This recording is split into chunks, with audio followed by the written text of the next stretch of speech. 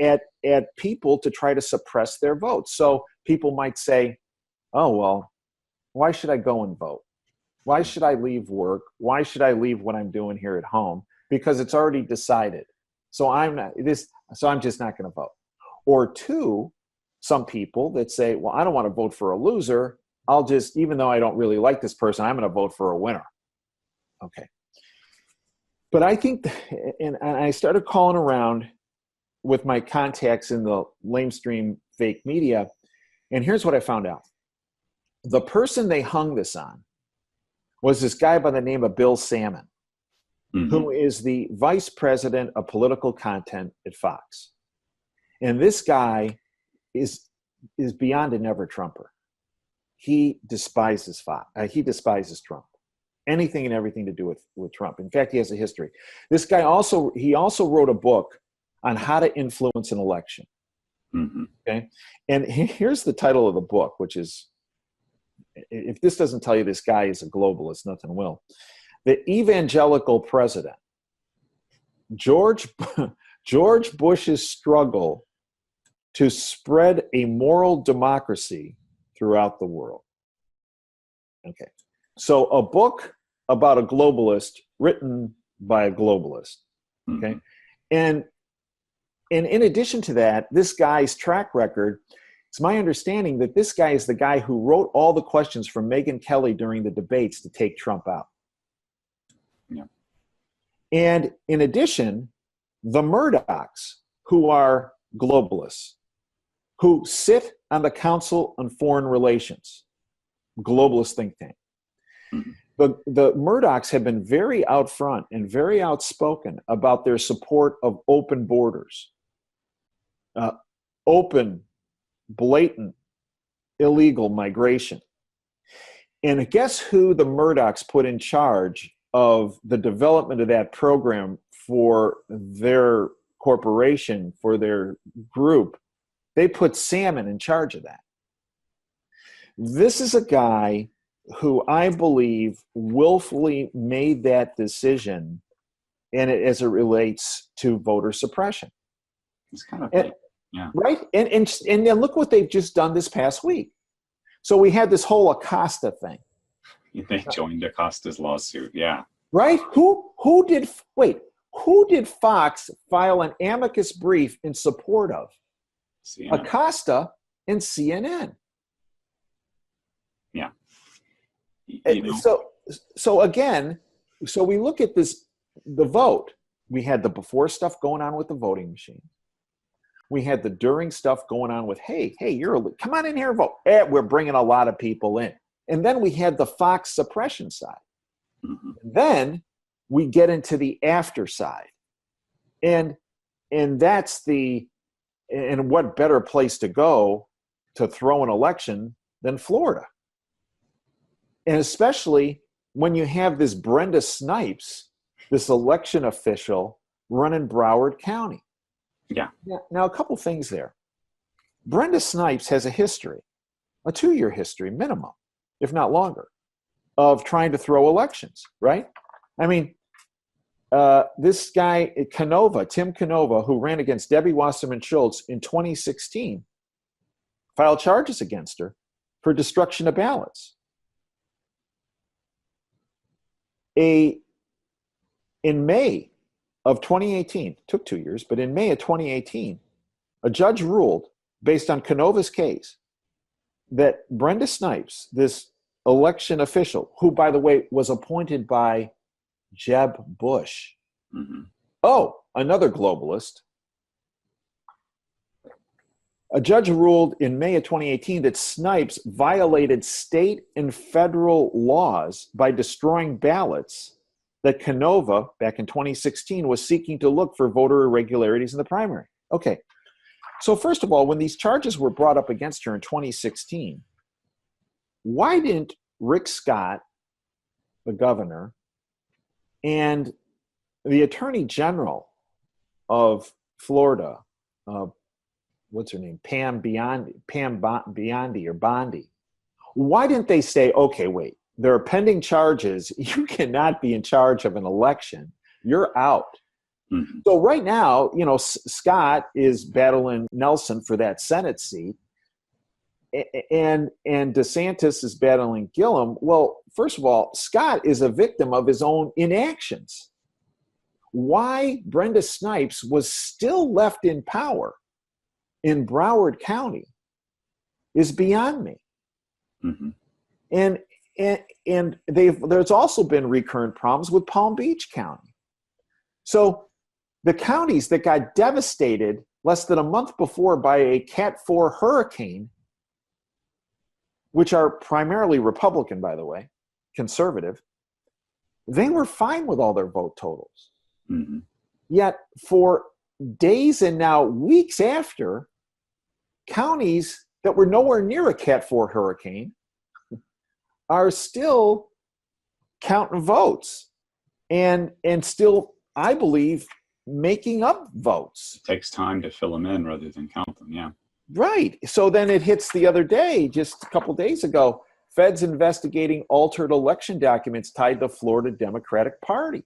Mhm. The Florida Department of State last week has asked federal prosecutors to investigate official election documents with the dates changed, which the department says can be tied to the Florida Democratic Party.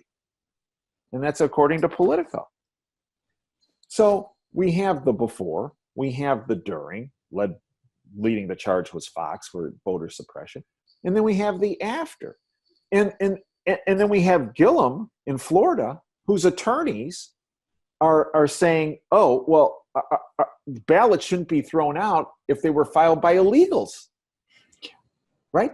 And who do we have down in Florida fighting this on behalf of the globalists, but this lawyer, Mark Elias, right? Who doesn't think it's fraud? Yeah.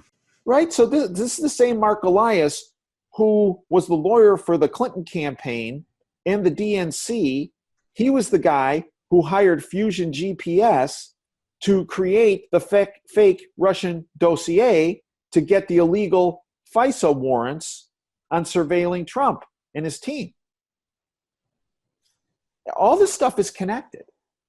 And there was that bomb threat called in to cover up that box full of, you know, what seems to be provisional ballots that were blank, found in the back of an Avis car, rented by somebody who has pictures with Gillum. I mean, and Brenda Snipes going to the same church as Gillum, and then they didn't allow Republicans in, but they allowed in, and on and on. It doesn't stop, and it's blatant. Now, many people are very, very upset about this. Well, you and I are upset about this, but many people are very, very upset, saying, well, we don't think anything. We think the election's going to be stolen across the board, and it's going to keep going until they steal enough votes to win. And that appears to be what's happening. Mm-hmm. But the other way to look at it is that, you know, Trump's a smart guy, and the people around him are smart. And I think what they're doing is they're giving these folks enough rope mm-hmm. to hang themselves. And they were thrown the power with the whole Russian collusion delusion to keep the vote secure because all of the foreign interference. So they're going to be able to use that. And, you know, have you seen those memes where it's got multiple pictures of a brain with more and more and more light, more energy, like advancing progressions? Mm-hmm. And then it's like on the one side, it's like we could fill it in saying we're a democracy, very, very dark brain, very dim. A little bit brighter, we're actually a republic. And then very bright at the top, actually, it's all Game of Thrones. If you've seen that show, I mean, right. It's very much a game of power. And I suspect now, because we're starting to see these investigations, you know, first it was a red wave, and then it was, or a blue wave, and then it was a red ripple. I think it was a red undertow. I think it was, as you said, giving them rope to hang themselves. Right, and I do believe that there are people on the ground that represent the rule of law, and I believe that the phase we're currently in, as we're in two phases, the globalists are in the phase of trying to steal more and more elections across the board. But we have the nationalists that are in the evidentiary gathering phase. Mm-hmm. And I believe that's where we are right now.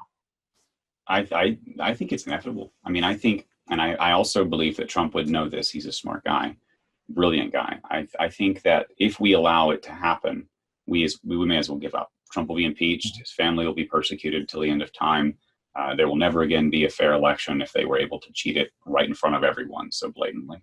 So I don't think he has a choice but to secure these elections. Right. Right. If you don't have an electoral process, an election process that's fair and honest, you have chaos. At least people have to believe it is, and I don't think that's going to be the. We had the voter fraud forever. People will mention that, but now people can see it. Everyone can see it. It's very obvious and blatant, and they're trying to do it out in the open. They don't really seem to care very much. No, and I can tell you, many years ago, and I had some experience. I grew up in the city of Chicago, suburbs of Chicago, and relatives in the city of Chicago. And I was a little kid. I mean, decades before you were born. And I got I used to answer the phone when I was at home. When my parents, get to network with people. So you're in charge of answering the phone. I was like 6 or 7 or something. Answer the phone, and it was the Democrat Party calling about, and it was about a week before the election, about whether my grandparents needed a ride to the polls. Okay, and the reason is because they had been supporters of the Democrat Party and had voted in the 2 previous elections for Democrats. Mm-hmm. Well, Dustin, my grandparents had been dead for 10 years. That's probably what they wanted to know. Well, no, actually, I think what it actually confirmed, and so I handed the phone to my mom, and my mom, who was a history teacher, when she got done talking to him, she sat me down. She goes, David, she goes, I want to tell you about elections, and that there are fair elections and there are fake elections, that the results are made up. And she said, what that call was about is somebody has been voting for your grandparents in the last 2 elections when they have been dead. Mm-hmm. And if this keeps going, David, this will go beyond the city of Chicago. This will happen everywhere in our country, and our country has big problems if that's the case. Mm-hmm. Now that was over 50 years ago. And I actually think that's what's happened. Back in the 60s, right, when Kennedy won his election over Nixon, they focused on Chicago, Texas, and West Virginia. Now, Dustin, they focus on every district and how to game it. Mm-hmm. And I do believe that we are at a breaking point when it comes to our elections. And I truly believe one of the reasons why Trump and his team have let the globalist fish run with the line is to make it obvious to everybody what the deep state, the globalist syndicate, are doing. Mm-hmm. Because what's obvious to you and me and our viewers and listeners is not obvious to a vast majority of the American public. Yeah, especially if they just watch Fox. Fox or MSNBC or CNN or whatever it might be. I mean, just outside these windows is the People's Republic of Ann Arbor. And there are issues I speak about. And these folks will say, that's conspiracy theory. That's it. I mean, when I started Operation Freedom, the radio show, in October 2010, I spoke about the deep state. I spoke about the globalist syndicate, that they work the up-down axis, oppression or freedom, they have freedom on the top, oppression on the bottom, and they work that axis, and the right-left axis was all diversion, meant to put people at each other's throats. It was all theater. Their goal, the globalist syndicate's goal, was to strip as much freedom and liberty and from every person of our country and around the world, and to oppress as many people. Dustin, the phone rang off the hook at the radio station about who is this goofy conspiracy theorist. Okay? That was 8 years ago. Now, many of those people have now called back and said, I thought this guy was off and a conspiracy theorist and the guests he brings on. But in fact, everything they've spoken about has actually come to pass. Yet, Dustin, the vast majority of folks out there don't have the analytical skills because they've been so propagandized that they don't even realize that this false world that they're living in is of the globalist deep state's making, to imprison them.